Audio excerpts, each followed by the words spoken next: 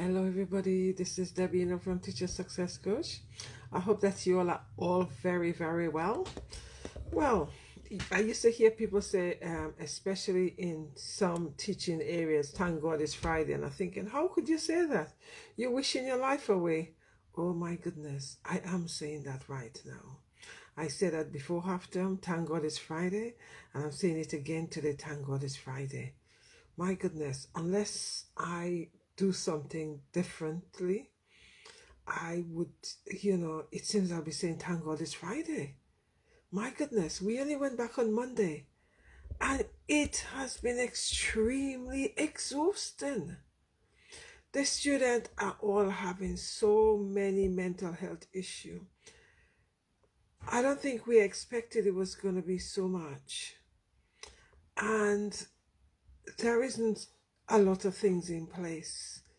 It doesn't matter which school we're talking about. The majority of schools in the UK, we are having the same challenges. Because I've got a lot of friends and colleagues in different schools, and we are exchanging the same story.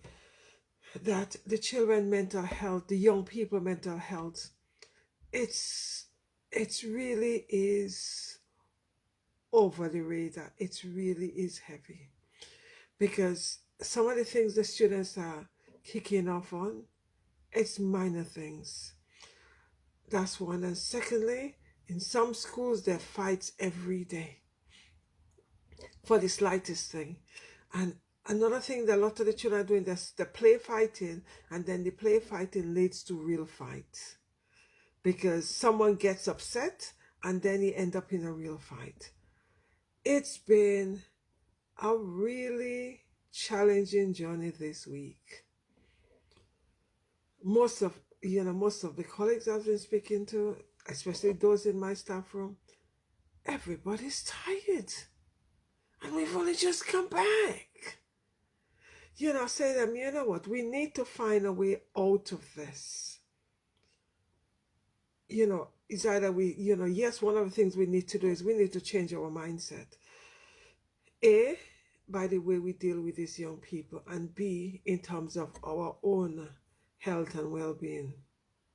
Because we cannot be saying on Friday, thank God it's Friday. It's the second time in my whole career I'm saying thank God it's Friday. And it's a lovely school, I really like the school. But with all the schools out in the UK, they all have behavior issues. Some have more behavior issue than others. And I don't think this school is any different in terms of the behavior. But I don't know. Regular fights, but in most of the schools I've been in, there have been regular fights. And some of the schools I've been in, the behavior have been worse than this. I don't know. I really don't know. As I said, I told my colleagues, we need to find alternative ways of dealing with this. One of the things I stopped doing is eating at my desk. No. Because when you eat at your desk, you tend to be doing things instead of just eating. You'll be going on the computer. You'll be deciding that, oh yes, you need to finish off a lesson. So that's something I've stopped, eating at my desk. Something I need to start doing now is, as from next week, is going out for a walk at lunchtime. Although lunchtime, I think it's 40 minutes. I could go for 10 minutes out for a walk. I need to start doing that in order to safeguard my own mental health. Some of the students, the basic things is like you just talking to them, they're kicking off. And one of the reasons why children tend to be very challenging or always want to answer back is either the work is too challenging for them or the work is too easy. And in this case, there have been, in one of the classes I have about 15, there are 4 of them who are extremely weak, and one of them, she's kicking off all the time. Either when I say something, she gets upset. When someone says something, she gets upset. So the issue of identify is the work is too challenging for her. And no one have ever actually, taken her aside and go through it with her, because she's been muddling through it and pretending.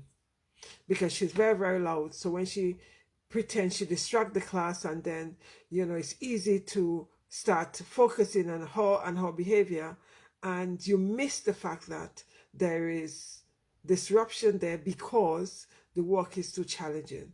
So I've identified that 2 weeks ago, and I've actually spoken to her outside of the classroom, and yes, I realized that she's extremely weak, so that's the way she covers up. You know, the slightest thing, she's going to make an issue of it, and then, you know, teachers get easily distracted, etc. So I was speaking to one of my colleagues, you know, that's some of the, you know, that's what she said. Oh, she's very disruptive. I said, yes, but you need to watch the disruption, because the disruption is a ploy to get your way off task, right? So therefore, you know, you're no longer focusing on how not doing the work, you're now focusing on the behavior. So that's an issue. And as educators, we cannot be focusing on children's behavior or trying to sort out the behavior. We need to meet them where they are. So that's some of the things that was happening in my class today in terms of, you know, disruption, unnecessary disruption. So as a result of that, because I gave them some work to do, they were chatting. Just before they say, oh, miss, it's time to go. No, it's not time to go. You guys are going nowhere. The bell's gonna hold it, but we need to stay extra time because you didn't do the work in my lesson. And you know what? Time for homework. But miss, you don't believe in homework. No, I don't believe in homework. But when you don't do my work in the class, you're gonna be having homework. So I said them 3 pieces of homework need to be in on Monday. And if it's not done, I'm giving them detention. Because what I realize is, in order to keep them on task, you constantly have to be, you know, giving them work and discussion, etc. is extremely tiring, because, you know, they get easily distracted. And that's something as educators we need to be mindful of, because anytime a child is disrupted, as I say, there are 2 things. Work is too challenging, work is too easy. Most of the cases, the work is too challenging, you know, because they also pretend that it is not, by constantly chatting. So therefore, you no longer focus on them, you focus on something else. These are all ploy they're using to distract. And that's what a number of the students are using, especially if they're weak. And I said, you know, oh, miss, you got A's everywhere. Yes, I've been teaching for a while now, so I know all the tricks of the trade. You know, so that's one of the things that was, you know, that was challenging for me today. My students got exams next week, and we did cahoots. It was brilliant, because on one hand they were competing, and on the other hand it tested knowledge, how much they actually know in terms of short question. And as I said to them, I'm quite concerned, because there's one group, I think in one group, the psychology group, the area I expected them to be strong on, they're very, very weak. And that's one of the areas we tested them on. Because that's when I came in, I thought, oh yes, we need to give them an assessment on that area. But I assumed they had covered it well, and they would be able to write an essay on it. But today, you know, after we actually did the cahoots, I was slightly disappointed, as I say to them, because they didn't know a lot. But I assumed they did, because, you know, I was told they covered it.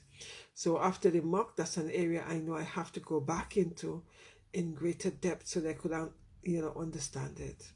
But another area that which I thought they were going to be weak on, which is the biology, they were fantastically. So I was in my element. I was really excited, because normally the biological unit students find it very, very challenging, because it has to do with biology and it's very scientific. But that group, they were very, very good at that biological aspect. So it was a real win for me. I was on a high. I was really excited on that. And later on I had my sociology group. Oh my goodness, that group was on fire, because we did short question answered, we did cahoots. They were on fire.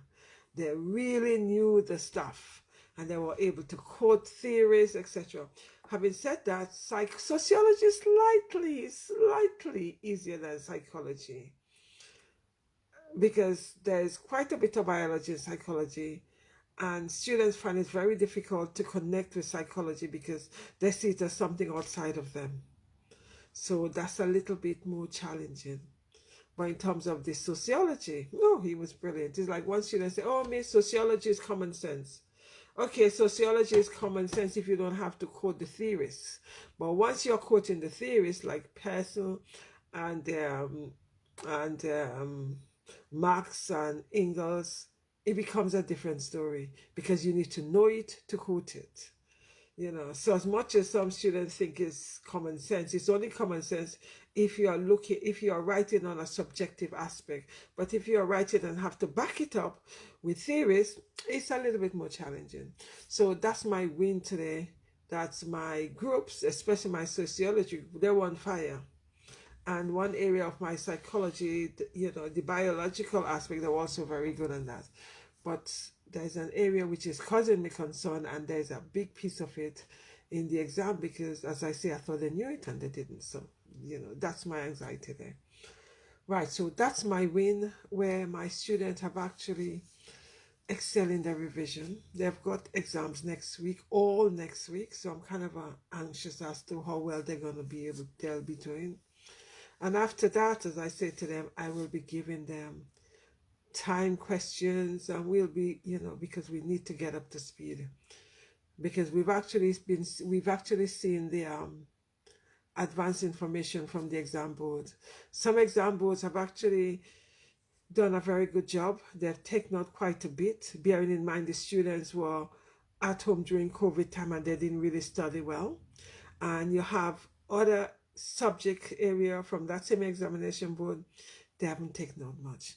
For the psychology, they took out quite a bit, which is quite nice. For the sociology, they hardly took out anything at all. I don't know if they felt that sociology was slightly easy, I don't know.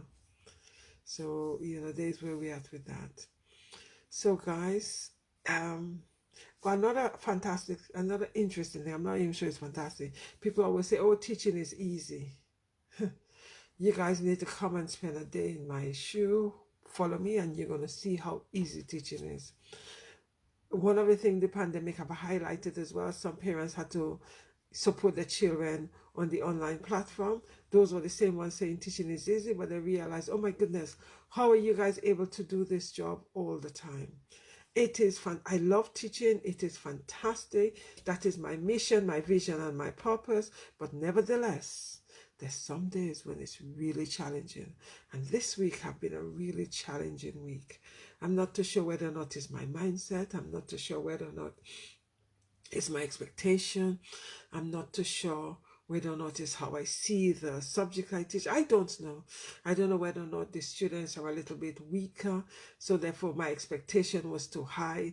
All I know is when we go back, next week and after the exam, I know I have to come right back down before I actually go up, because some of the areas I noticed that pretty weak. So it could be my expectation that is too high. I don't know. But teaching is lovely, but at the same time it's challenging. But it swings and roundabouts. That's a profession I wouldn't change for anything, because I really, really, really love it. Because when students come to you and say, "Oh, Miss, I really understand that now," it makes you feel, "Gosh, your work is done." And something I've said to the student: in order to know that you understand the subject, you need to teach it to someone else. So that's what I've actually got them to do for part of my lesson today. They need to teach the areas I've given them to small groups. So, and then I, go around to check so that I know that, yes, you have understood it well enough, so you're able to teach someone else it. Anyway, guys, have a brilliant weekend, because this weekend I'm on a training course for the whole week on mental health. Whole weekend from tomorrow 9 o'clock until I think it's 5 o'clock on 5 o'clock tomorrow, Sunday from 9 until 5, due to what's going on now in terms of young people's mental health within education. We need to actually up that so we know how to support them.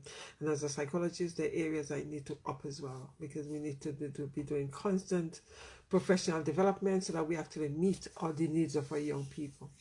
So there's where I'm at this weekend on a weekend course.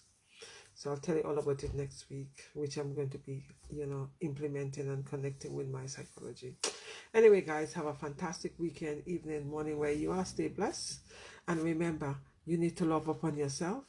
You cannot love anyone until and unless you start loving you. Love comes from you, and when you have it, you could give it. If you don't have it, you cannot give what you don't have. Anyway, take care. Stay blessed. Bye-bye.